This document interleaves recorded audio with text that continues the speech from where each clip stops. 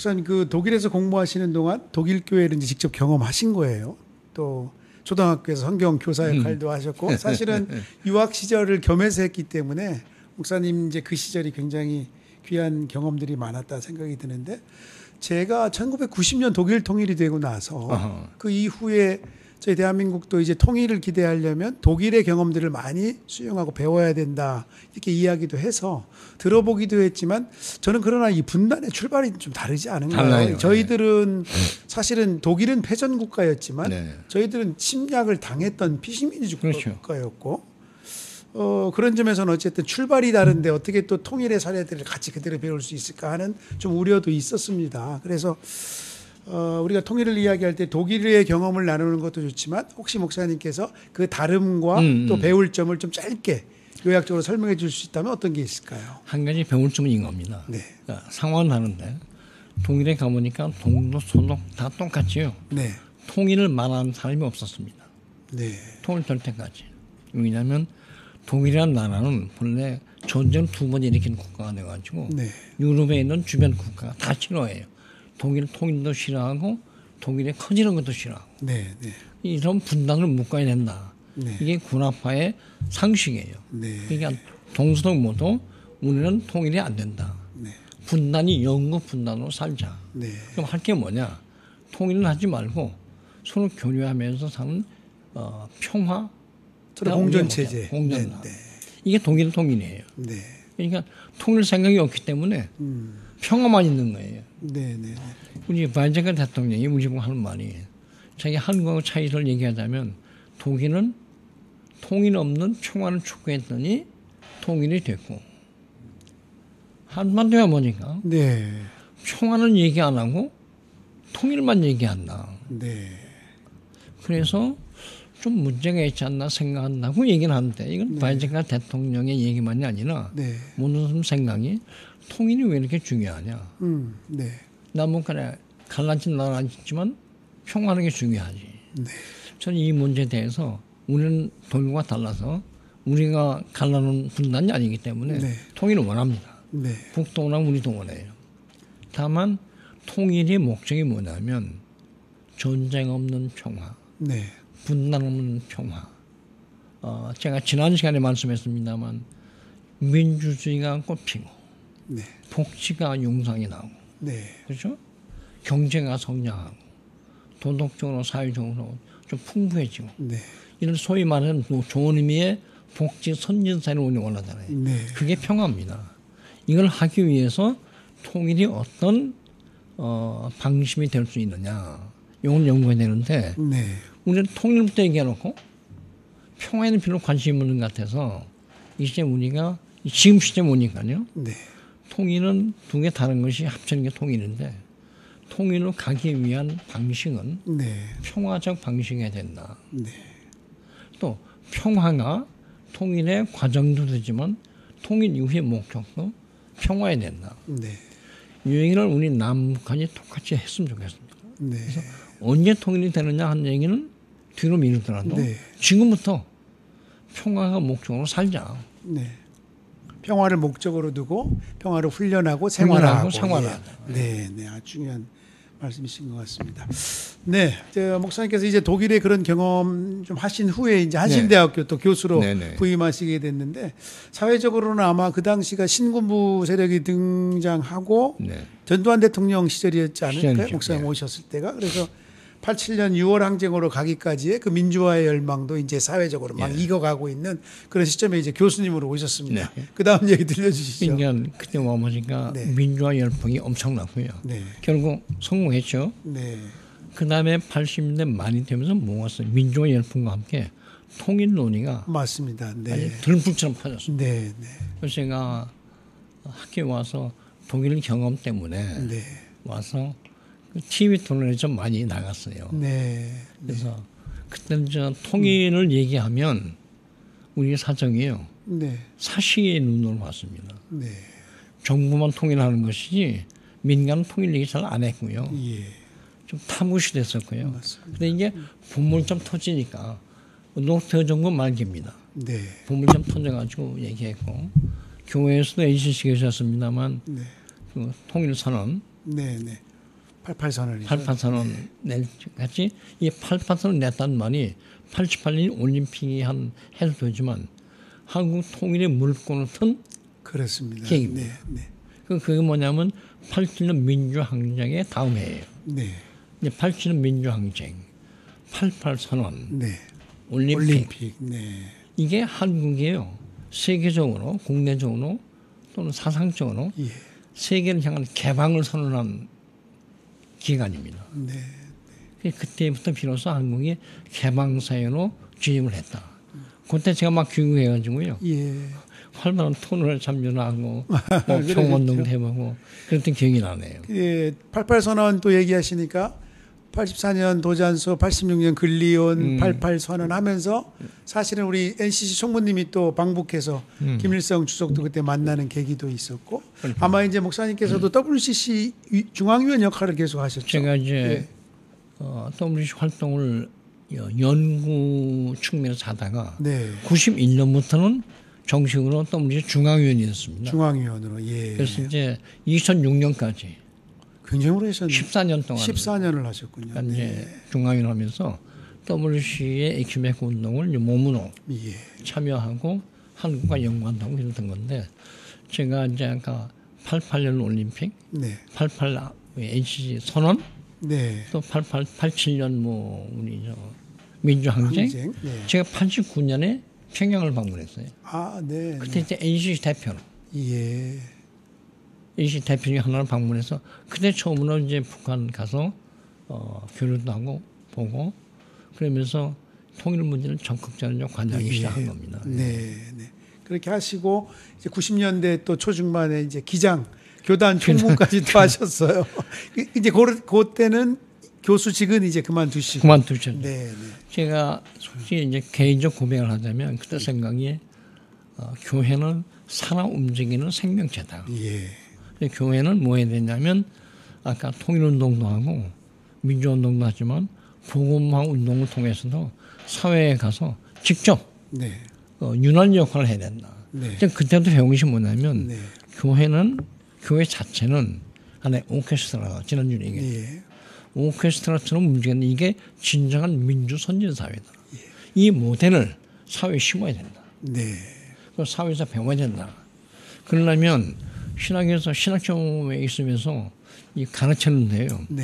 이 김해가 운동 가르치고 평화신학도 가르치고 여러 가지 했는데 하다 보니까 아니 강단에서 가르치는 것만 가지고는 참 어렵다. 이런 판단에서 몇 분들이 저 충고도 받았지만 저 자신도 나가서 실천 좀 하자. 그래서 과감히 교수직 던지고 사표를 내고 그 할 수 있는 길이 뭐냐면 교단의 총무를 맡아야 교단을 업고 이런 일을 할 수 있더라고요. 당시 기장 교단이 또 그런 사람을 총무를 원했던 분위기가 있었습니다. 그래서 제가 기꺼이 교수직 포기 하고 총만 나서는데 잘했는지 못했는지는 모르지만 그래서 저는 뭐냐면 이 학문하는 사람들이 현장 참여를 하잖아요. 저는 신학 교수니까 신학교에서 가르치는 것도 중요하지만 난 참여하는 신학자가 되고 싶다. 그래서 사실 길이 총무에서 총무로 갔습니다.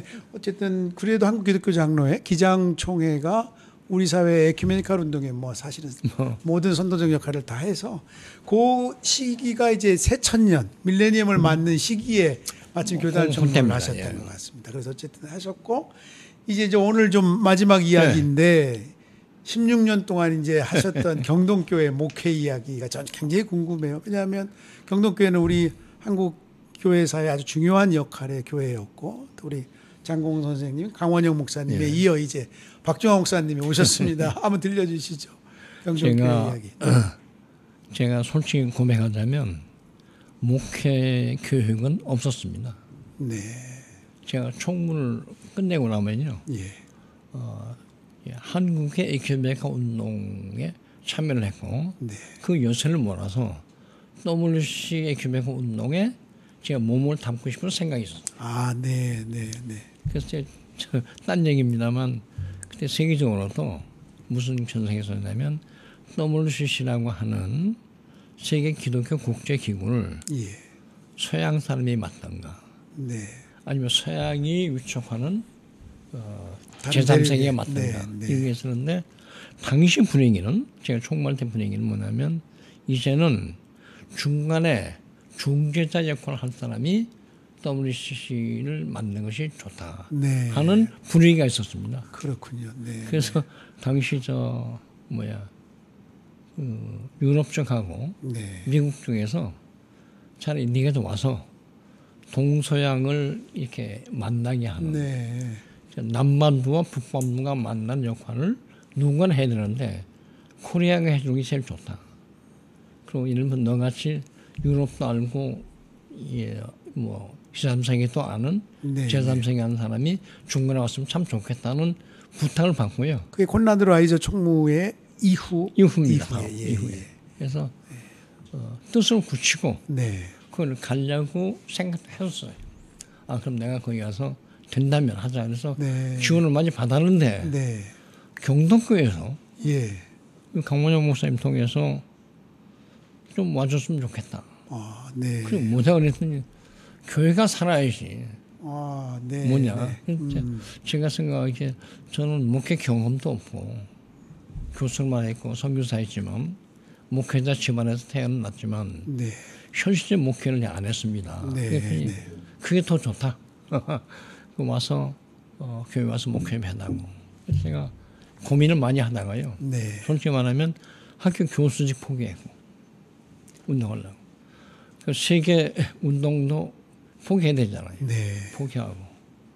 그럼 이제 사회운동도 아니고 교회로 가서 목회를 해야 되잖아요. 네. 훌륭한 교육은 특이한 교육이긴 하지만 내가 목회로 내 그 목사의 인생을 바꿔야 되나. 네. 이런 생각을 좀 많이 했었어요. 그러셨군요. 네. 제 아내하고 협의했더니 아내는 당신 일이니까 뭐든 좋으니까 당신 좋다고 생각하면 가셔. 네. 그 여러 사람 사귀었더니 결국에 가서 새로운 목회를 좀 시작하면 어떠냐. 네. 이런 충고도 받고. 제 마음속에는요. 솔직히 고백할게요. 당신 어떻게 내 마음을 굳혔냐면 나는 신학 공부에서 여기 올 때까지 내 직업이 네. 뭐냐면 직업이라고 하면 웃음지만 내 소명이 직책으로 말하면 목사다. 목사는 가르칠 수도 있고 행정할 수도 있고 네.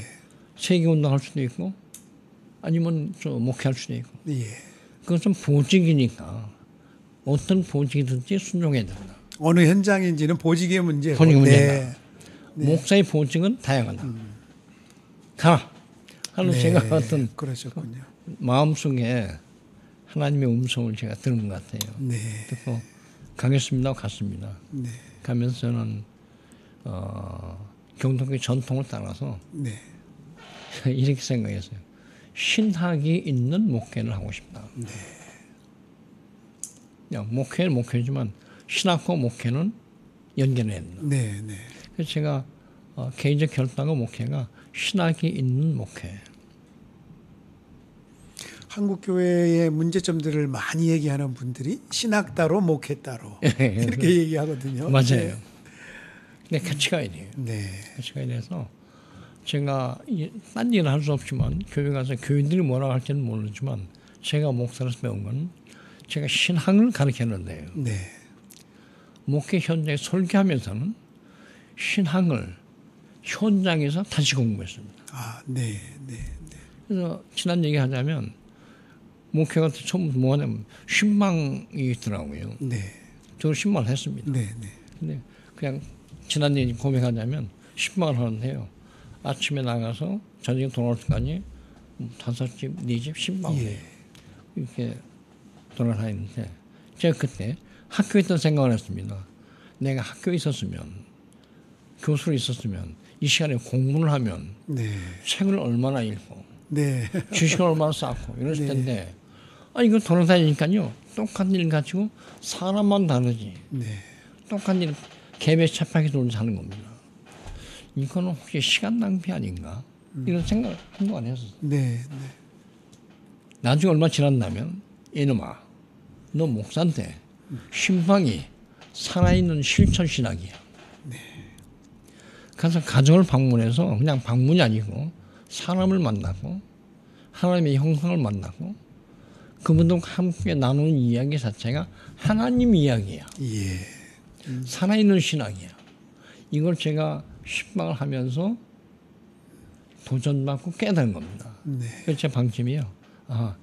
내가 신학이 있는 목회하겠다 결심했는데 목회 신방도 신학이 있는 목회 현장이다. 살아있는 신앙을 해내겠다. 그래서 소리를 듣고 배운 거예요. 이런 생활이 이제 목회하면서 전반적으로 시작된 겁니다. 그러니까 제가요, 제 삶의 스타일을 바꾼 겁니다. 공부하고 가르치고 청중이 가는 데서 현장에 들어가서 사람을 만나고 사람과 대화하면서 하나님 이야기를 현장에서 해보고 그래서 제가 뭐냐면 많이 배웠습니다. 목회하면서. 많이 배웠어요. 제가 기억으로 또 이제 살아있는 신학의 현장으로서의 교회를 경동교회를 추구하셨는데 아마 에큐메니칼 연합예배도 몇 차례 드리셨죠? 그 얘기도 좀 한번 소개해 주시죠. 그걸 우리 교인들이 다 동의해줘서 같이 한 건데요.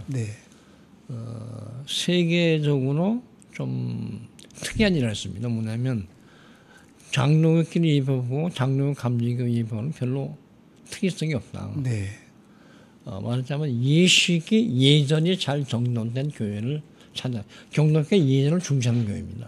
안 예전 중시해요. 근데 이 예전 중에 춘주교가 있고 성공회가 있는데 같은 에큐메니칼 공원에서 성공회에 가까워서 성공회 대성당하고 경동교회하고 우리 에큐메니칼 예배를 드리자. 그 제안을 해서 그 제안이 받아들여졌습니다. 형식은 어떻게 하셨어요? 형식은 형식이 이렇게 했습니다. 두 개의 예배가 너무 달라요. 다르니까 교한 예배 성경을 살리자. 그래서 제가 경동교회 성가대와 함께 경동교회 예전을 가지고 성공에 가요. 그날은 성경을 완전히 경동 장로교회화합니다. 모든 걸. 설교, 본문, 성가대까지. 그래서 그날은 성공회가 신부님이 성가대 데리고 오셔서 경동교회를 완전히 성공회화하는 거예요. 그러셨군요. 완전 예전 교환, 다 교환입니다. 완전 교환을 했는데 이게 말하자면 나쁘다 좋다 뜻이 아니라 세계적으로 유래를 찾기가 쉽지 않은 거예요. 이유는 뭔지 아십니까? 성만찬 문제입니다. 그러니까 성공의 교인들 중에는 성만찬이 이번 떡과 포도를 나눌 때 이게 우리는 영적인 현재 이렇게 말하잖아요.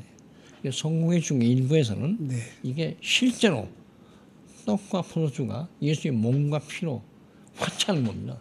화채이기 때문에 중요한 건 개신교 목사가 성공의 사제가 아닌 개신교 목사가 집전해도 성령이 오셔서 화채가 되느냐.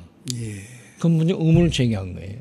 이 의문은 풀리지 않은 사람도 있겠지만 전 세계적으로요. 성공의 개신교 종교회가 풀리지 않은 숙제가 화채였기 때문에 아직도 안 풀렸어요. 근데 우리는 강하게 풀었습니다. 그런 점 제가 성공에 참 고맙게 생각하고요.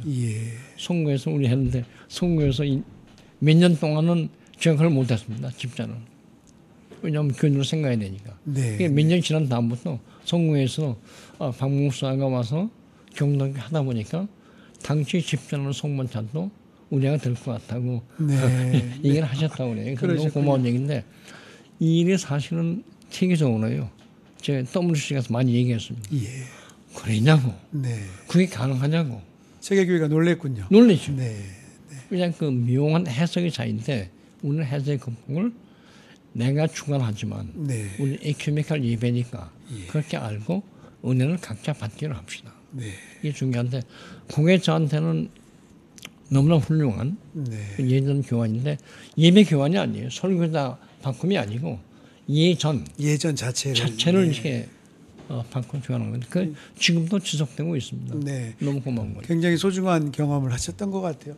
그 같은 기독교권 내에 에큐메니칼 교환도 있었지만 사실 또 타종교에 대한 포용, 배려의 자세 굉장히 또 중요하게 저희 교회는 우선 강원영 목사님이라면서 종교 평화회도 주도하시잖아요. 그래서 이 양반이 굉장히 넓으신 분이에요. 제가 아까 신학교 얘기했습니다만 김재준 목사님 자신도 기독교 정체성을 가지고 있대. 예.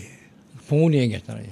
타 봉헌이를 적이 아니고 공존하는 파트너로 생각하자. 네, 공존의 파트너로. 네. 그래서 저는 이 타종교에 대해서 여러 종교 활동을 하는데 저는 적극 동참을 했습니다. 네.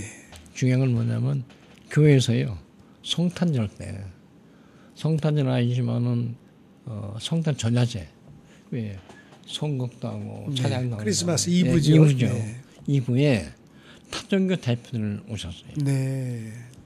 예를 들면 저 불교에서도 오시고 천도교도 오시고 오셔서 축사를 해주고 동참을 했습니다. 네. 예를 들면 정토회 같은 데서는 네. 법륜 스님이 오셔서 네. 축사해주고 찬양도 해주고 아, 그러셨군요. 뭐 네. 나도 가서 그러니까 네. 또 나도 가야죠. 그게 또 저 부처 대난 날 가서 좀 축하해주고 이런 걸 했는데 제가 여기서 하나 그 오해를 피하기 위해서 하고 싶은 얘기는 뭐냐면 경험입니다. 네. 허심없이 하는 얘기인데 네. 교인은 다 동의하시고 저는 종교가 다르잖아요. 다른 종교끼리 어떻게 살아야 되느냐 만나야 됩니다. 네. 저는 뭘 만나냐면 종교가 만나는 것은 별로 의미를 찾지 못해요. 네.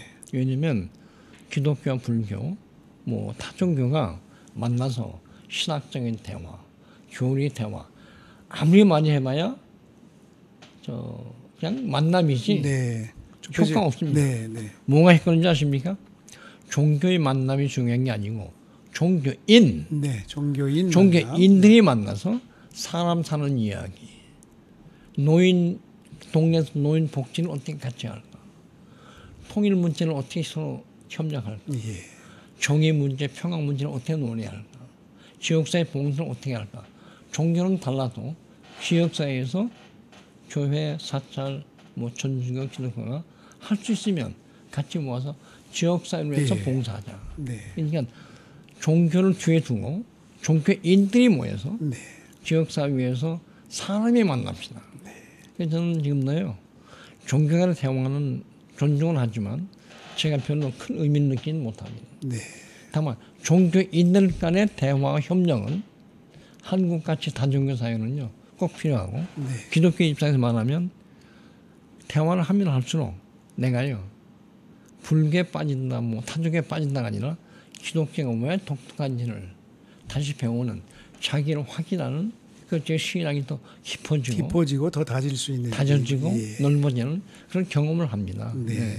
그건 제가 경험한 거. 그래서 아마 종교인 평화회의도 이름 자체가 종교인 평화회의. 예. 또 종교 간 회의는 예, 아니에요. 예, 그렇습니다. 그래서 우리 사회의 평화 이슈를 또 반평화적 뭐 무기를 배치한다 이럴 때는 종교인들이 함께 모여서 그렇죠. 평화를 또 외칠 수도 있는 그런 계기도 만들었던 것 같습니다.